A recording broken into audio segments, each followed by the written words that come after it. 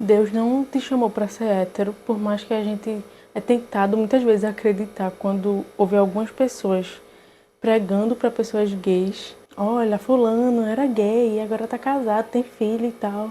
Se você confia em Jesus, ele vai fazer isso por você porque ama você. A Bíblia não fala isso, a Bíblia não fala em cura gay, até porque cura pressupõe uma enfermidade e ser gay não é uma enfermidade. Viver na prática desse pecado está listado como práticas condenáveis e sim, Deus condena na Bíblia esse pecado, mas a gente não vê nenhum relato na Bíblia de pessoas que foram curadas de seus pecados, mas sim de enfermidades, às vezes causadas por pecados, mas não tem cura de tentação. Pelo contrário, diz que a gente precisa fugir das nossas tentações. Eu nunca achei que eu fosse falar sobre esse assunto aqui, não só por medo, julgamento, mas também pela vergonha, não de mim exatamente, mas do meu pecado, sabe? E o medo das pessoas julgarem, não só cristãos, mas as pessoas desse meio que vocês vão entender no vídeo, principalmente elas, porque quando você sai desse meio, você é muito julgado porque você está se reprimindo, negando a si mesmo, enfim. Mas eu acho que eu preciso falar justamente porque aquele pecado da vergonha que a gente já conversou sobre isso aqui. E também porque isso aqui não é sobre a minha vida, nunca foi a intenção de ser sobre a minha vida, por mais que esteja disfarçado dela, né, de vlog, de rotina e tal. E não é sobre vocês conhecerem a minha vida, não é pra isso, sabe? Esse vídeo não é pra vocês me conhecerem, pra vocês conhecerem quem eu fui, quem eu sou hoje, mas é sobre quem eu sou sem Deus e sobre o que Deus pode fazer na vida de qualquer pessoa. É pra que vocês possam ver Deus através da minha vida, da minha história. E eu sou muito grata e por isso eu falo com muita felicidade, apesar da vergonha do meu pecado. É com felicidade que eu falo sobre isso, porque eu sei da bondade e misericórdia que Deus teve na minha vida e por Ele não deixar eu ser quem eu era e quem o mundo acha que eu deveria ser. Não é uma coisa fácil de se dizer, principalmente porque eu vou estar expondo a minha vida aqui para quem quiser assistir. Isso para mim é difícil até para falar com pessoas que eu tenho mais convívio. Imagine para meio mundo de gente, né? Para quem quiser escutar. Enfim, eu cresci numa igreja evangélica desde criança, então eu sou crente desde que me entendo por gente. Mas um dia a minha fé foi testada e eu falhei e me desviei. Por mais ou menos 4 anos, eu vivi a minha vida do jeito que eu quis viver, de acordo com os meus próprios desejos, de acordo com a minha própria vontade. Por longos 4 anos eu vivi assim. E nesse meio tempo eu me descobri bissexual. E eu saí do armário, como costumam chamar. Eu saí metade do armário porque metade eu fui descoberta pelos meus pais contra a minha vontade. E a outra metade eu também não queria explanar para todo mundo essa novidade, porque eu acho que no fundo eu não só tinha receio do julgamento dos cristãos, mas eu acho que eu sentia vergonha mesmo. Eu acho que a verdade de Cristo ainda sussurrava no meu ouvido, mesmo que eu não quisesse mais ouvir. Por mais que eu quisesse que Deus sorrisse quando olhasse para mim, por mais que eu queria acreditar nisso, eu sabia que isso não era verdade. Eu sabia que aquilo era pecado e Deus não sorria quando olhava para mim. E por mais que eu sabia que aquilo era pecado, eu não queria me importar muito com isso, sabe? Eu queria viver do jeito que eu quisesse viver e eu achava que aquilo ia me trazer felicidade. Eu não queria me reprimir, como as pessoas gostam de dizer. Eu não queria me reprimir. Afinal, se eu nasci assim, como que eu posso viver de outra forma? A única coisa constante nesse mundo é Deus. Ser gay pode ser uma identidade imutável apenas se o coração não estiver disposto a se curvar. Quando você não está disposto a se curvar, não é só ser gay que é uma identidade imutável. Ser pecador é uma identidade imutável. Se você não está disposto a deixar de ser quem você é, por Deus, não é só ser gay que passa a ser uma coisa difícil de deixar de ser, sabe?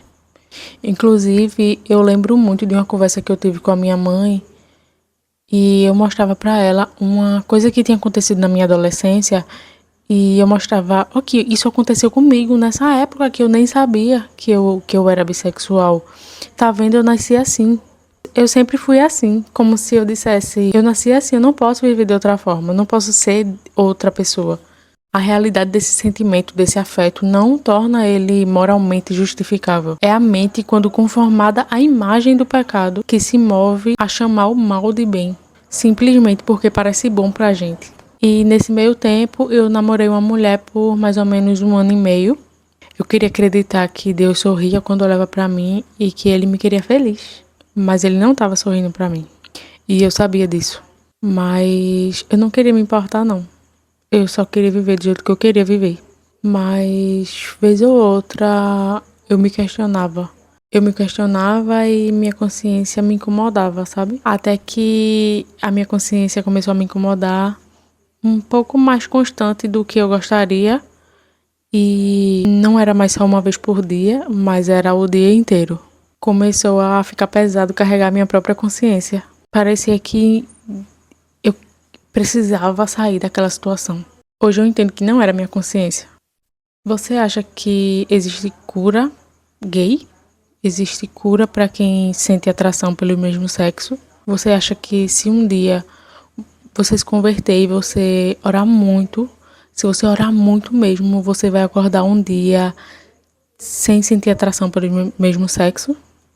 Você vai acordar esse dia como se um milagre tivesse acontecido. Você vai acordar uma mulher que não sente atração por mulher ou um homem que não sente atração por homem. Eu sinto te dizer, isso não vai acontecer. Ele pode fazer isso, mas é muito improvável.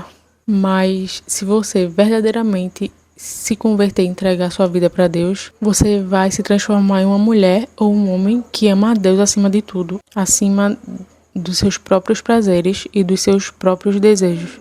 Você não é chamado para viver como se esse sentimento que você sabe que é tão real, como se ele não existisse. Isso não é a verdade do evangelho. Na verdade, a gente é chamado a amar Deus acima de todas as coisas. Quando você coloca Deus acima de tudo, ficar solteiro ou casar, isso não importa. Se isso acontecer, vai ser para a glória dele e não para suprir uma vontade ou um desejo seu. Infelizmente, é muito comum a gente ver pessoas que sentem atração pelo mesmo sexo entrarem na igreja. E aqui eu não digo se converter, porque os convertidos perseveram até o fim, mas a gente vê essas pessoas entrarem na igreja e depois de um tempo elas se desviam e até voltam para a vida que elas viviam antes. Por que vocês acham que isso acontece tanto? Eu acho que essas pessoas esperam um milagre, que elas esperam que um dia elas vão deixar de sentir o que elas sentem e vão ser héteros. Eu acho que essas pessoas se decepcionam quando, depois de um tempo, elas não vivenciam o milagre da heterossexualidade. Eu acho que se decepcionam quando ainda ainda se pegam pensando, por que eu ainda sinto isso? Por que eu ainda tenho esses impulsos se eu já me converti? Se eu já me entreguei para Jesus? Por que isso ainda acontece? Mas Deus não chama pessoas gays para serem héteros. Deus chama pessoas gays para amá-lo acima de tudo. Deus não quer que pessoas gays virem héteros do dia para a noite. Para minha surpresa, ser cristão libertou-me do poder do pecado, mas não foi capaz de remover em mim a possibilidade da tentação. Uma mentira comum que se espalha é que, se a salvação realmente ocorreu a alguém que se sente atraído pelo mesmo sexo, essas atrações deveriam desaparecer de imediato. Ser purificado por Jesus, presumem, significa ficar imune à sedução do pecado. Sabemos que isso não é verdade por causa de Jesus. Ele era completamente perfeito, mas ainda assim experimentou a tentação. Infelizmente, alguns evangelhos pregados por aí remetem, às vezes não intencionalmente, é como se eles pregassem, olha aqui, eu conheço fulano que é gay e hoje ele é casado. Se você confiar e orar muito e crer, que ele vai fazer isso com você também. E às vezes isso não é verdade. Às vezes Deus não quer fazer isso com a pessoa, sabe? O casamento não é o ponto-chave do evangelho. O evangelho não é sobre a heterossexualidade, não é sobre o casamento hétero, é sobre Cristo. E ao contrário do que esse evangelho heterossexual gosta de pregar, o casamento não é o alvo da vida cristã, como a gente é frequentemente tentado a acreditar quando vê cristãos tentando encorajar essas pessoas que sentem atração pelo mesmo sexo. E às vezes é bem intencionado, mas isso é muito perigoso, porque coloca o casamento acima do próprio Deus. O evangelho não é um evangelho heterossexual. Essas pessoas acabam acreditando que se elas não casarem ou não tiverem um relacionamento heterossexual, elas não vão ser completas. Elas vão estar, de alguma forma, aquém do cristianismo, sabe? E às vezes a gente vê até cristãos que não têm impulsos homoafetivos terem o casamento como alvo da vida cristã. E isso é muito perigoso. A gente vê cristãos procurando um casamento a todo e qualquer custo, porque eles acham que não vão ser completos nem 100% satisfeitos se não tiverem num casamento, se não tiverem alguém, sabe? O alvo da vida cristã não é um casamento e está muito longe do casamento. O nosso alvo é conhecer a Cristo. E nem sempre o alvo de Cristo na nossa vida é o casamento.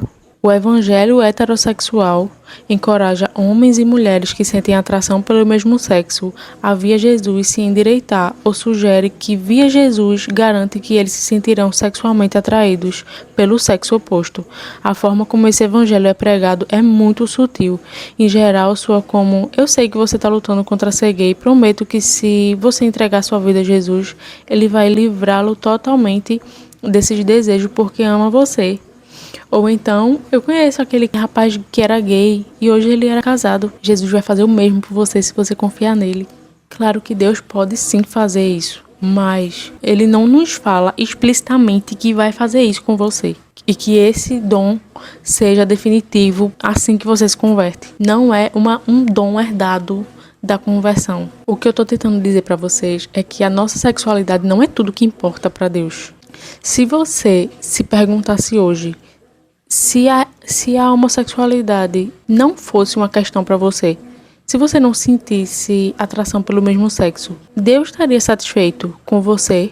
A gente se engana ao achar que é por causa disso que Deus não me aceita. É porque eu sou assim, então eu não sou aceito por Deus. Se pelo menos eu conseguisse viver de outra forma, se eu não sentisse isso, se eu sentisse atração pelo sexo oposto, então Deus me aceitaria. E é engraçado e ao mesmo tempo trágico como a gente acha que é só isso que a gente tem pra mudar, né? É só isso que se a gente mudasse, Deus ia aceitar a gente de alguma forma. Mas a nossa vida como um todo precisa de salvação, não só a nossa sexualidade. Não é só esse pedaço seu que precisa de Deus, é a sua vida como um todo. E eu entendo que obedecer a Cristo para essas pessoas é algo pelo qual você tem medo, porque você tem que negar o que as pessoas tanto se identificam, elas colocam sua identidade nisso. É como se você tivesse que negar sua própria identidade. E muitas vezes a gente tem que negar ao nosso próprio corpo aquilo que ele faz tão naturalmente, né? Algumas pessoas ainda acreditam que podem servir a própria carne e a Deus ao mesmo tempo. Mas a Bíblia nos fala que a gente não pode servir a dois senhores ao mesmo tempo. E a gente não pode viver praticando o que a Bíblia diz que é pecado. Todo aquele que é nascido de Deus não vive na prática de pecado, pois o que permanece nele é a divina semente. Então, voltando para minha história, eu comecei a sentir a minha consciência pesando sempre. E eu sempre estava me perguntando o que é que eu estava fazendo. E eu, sinceramente, não tenho esse ponto de inflexão na minha memória. Foi aqui que eu comecei a sentir a minha consciência pesando mais do que o normal. Eu não tenho, só sei que eu comecei a sentir isso. Ficou muito difícil viver aquilo e saber que eu estava deliberadamente, sabe, pecando contra Deus. Mas, mesmo depois de ter terminado com ela, não foi exatamente aí que eu me converti. Eu ainda passei um tempo, como eu disse, foi mais ou menos 4 a 5 anos desviada, e mesmo depois de eu ter terminado com ela, não foi onde eu me converti. Minha consciência pesou, mas eu ainda estava perdida. Por muito tempo ainda eu ia me definir como bissexual. Como todos do meio LGBT, eu também me definiria pela minha sexualidade. Engraçado que pensando agora, qual é o outro pecado que a gente usa para se definir sem ser a sexualidade? Sinceramente, eu não sei. Mas a gente não é definido pelas nossas tentações. E quando a gente se converte, a gente vê isso muito claramente. Eu gostava tanto de enfatizar isso, como se dissesse, olha, eu tô num relacionamento heterossexual, mas eu sou bi. Como se eu quisesse sempre reafirmar a minha identidade para as outras pessoas. E agora vocês estão pensando, mas para você é muito fácil falar, né? Você também sente atração pelo sexo oposto. Seria muito injusto para mim que não sinto deixar simplesmente eu vou ser infeliz pro resto da minha vida? Deus é injusto por ter me feito assim? Se eu nasci assim, Ele não quer que eu seja feliz? E, sinceramente, eu não sei como pode ser difícil para você que só sente atração pelo mesmo sexo. Eu não sei como pode ser pesada essa cruz, mas Deus nos chama a carregar a nossa própria cruz e segui-lo. E independente de quão pesada for e de quão difícil seja, Ele nos chama a carregar nossa cruz e amá-lo acima de todas as coisas. Negando a nossa própria carne, negando os nossos próprios impulsos, os nossos próprios desejos, acima da nossa sexualidade e acima dos nossos outros pecados também. E quando você faz isso, você é plenamente satisfeito em Cristo. Sua felicidade e seu prazer está em Cristo e está em tudo em que Deus é. E não tem solidão nisso. E pode parecer difícil, mas uma vez que você ama Deus acima de todas as coisas, você descobre que em Cristo não tem felicidade nesse mundo, além dele. Nada dessas coisas mundanas, materiais, até carnais, não são mais importantes. A gente aprende a ser contente no Senhor e ser feliz e se alegrar somente nele. Mesmo que você possa achar que a sua felicidade está nisso, a sua identidade está nisso. Quando a gente se converte, você vê que ela não está exatamente onde você achava. Isso é outro ponto porque o mundo vê a intimidade sexual, o mundo vê a sexualidade como um único nível real e profundo de intimidade que pessoas podem ter. E vê o celibato como algo muito solitário. Mas essa nunca foi a intenção de Deus, na verdade. Se essas pessoas solteiras e talvez celibatárias se sentirem só dentro da igreja, falta a comunidade. A gente vê isso acontecer, infelizmente.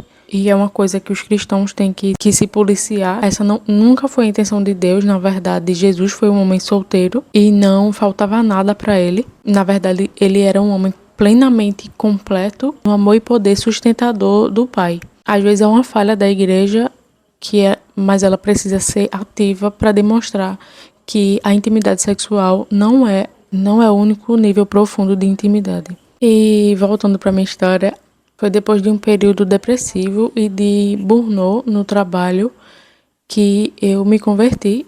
Eu lembro que eu estava na sala e acho que meu marido estava no quarto, não lembro. E eu me ajoelhei assim. Eu lembro que foi quando eu estava já tomando remédio, já medicada da depressão. E foi quando eu estava assim, sabe, você vê uma luzinha no fim do túnel. E foi quando eu me ajoelhei ali no sofá e orei e falei que eu nunca mais queria me desviar.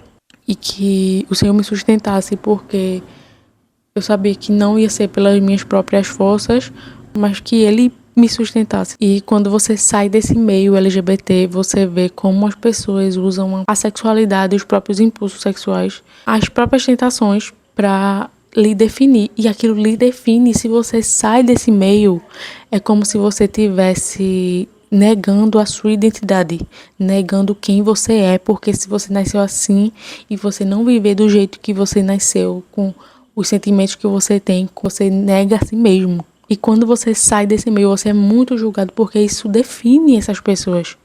E por muito tempo me definiu também. E se você não se define mais assim, é como se você negasse quem você é, negasse a sua essência, a sua identidade, sabe? Como se você estivesse se reprimindo.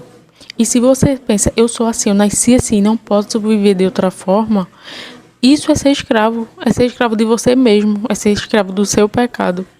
E quando você se converte, você vê como isso é escravizador. O que antes eu achava que era liberdade, na verdade, se eu não conseguia viver de outra forma, isso é ser escravo. Em um corpo no qual não habita o espírito, o pecado é um rei implacável de cujo domínio ninguém pode fugir. Todo o corpo, com seus membros, afetos e mente, submetem-se voluntariamente ao domínio do pecado, mas quando o Espírito de Deus toma de volta o corpo que ele criou para si, liberta-o daquele mestre patético que antes o mantinha em cativeiro, abrindo-o então para a maravilhosa luz de seu Salvador. Nesse momento ele se torna capaz não somente de desejar a Deus, mas também de obedecer a ele. Não é isso que liberdade deve fazer, a habilidade de não fazer o que me agrada, mas de ter o poder de fazer o que agrada a Deus. Quando você se converte, você vê como é escravizador e como o pecado tem poder sobre você. Liberdade é você poder escolher viver dessa forma ou não, e não você dizer e não você achar que não pode viver de outra forma porque isso é quem você é. A gente acha que é difícil um gay se tornar uma pessoa totalmente diferente porque nos falta fé em Deus. A gente é cético do milagre porque não tem a fé verdadeira naquele Deus que realiza. Eu não acho que exista cura gay. Eu não acho que um dia você vai acordar e vai finalmente perceber que não sente atração pelo mesmo sexo. Mas Deus ainda realiza o milagre da redenção, o milagre de mudar nossos corações, de transformar corações pecadores. Não reine, portanto, o pecado em vosso corpo mortal, de maneira que obedeçais às suas próprias paixões, nem ofereçais cada um os membros do seu corpo ao seu pecado como instrumentos de iniquidade, mas oferecei-vos a Deus como ressurretos dentre os mortos, a Deus como instrumentos de justiça. E desde que eu sinto vontade de fazer esse vídeo, mesmo que eu tenha adiado bastante, eu li esse livro e foi dele que eu tirei algumas citações que eu falei aqui. É muito bom, não só para as pessoas que passam ou passaram por isso, mas para as pessoas que querem se aprofundar nesse assunto. Eu achei que foi o momento ideal para eu ler, porque eu queria falar sobre esse assunto e ver a visão de uma pessoa mais madura na fé do que eu, falando sobre as experiências que eu mesma vivi. E eu vou deixar aqui na descrição também.